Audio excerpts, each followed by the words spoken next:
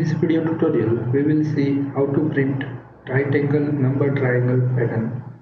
Let's move to Visual Studio Code and execute this pattern. We can see here the triangle is aligned in the left side. Along with every number character, there is a space character is appended.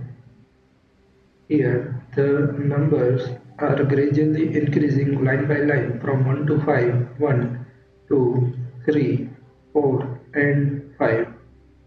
Let's type code to print this pattern. Declare and initialize a variable with 0, I is equal to 0. We are going to use while loop here, while I less than 5. 5 is nothing but the required number of iterations. And at the end of every iteration, we are going to increase I value by 1. So our I value will be 0, 1, 2, 3, and 4. At the end of iteration, I value will become 5, 5 less than 5, condition false, and our iteration is going to stop here. To print this type of pattern, we require a nested while loop with a variable called j. J is equal to 0. Nested while loop while j minus 1 less than I. Here at the end of nested while loop, we are going to increase j value by 1. So let's print the result. Print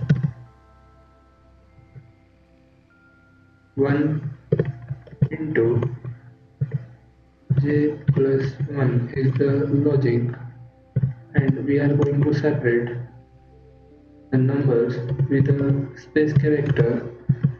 For that we are going to use end parameter of the print method. So run, save this file and run in the terminal. py triangle.py. We can see we are able to print the result, but it is coming in the same line. To print the triangle line by line, we are going to use print method outside this while loop. Run py triangle.py file in the terminal. We can see we are able to print the triangle. In the next video tutorial, we will see another type of number right angle triangle pattern.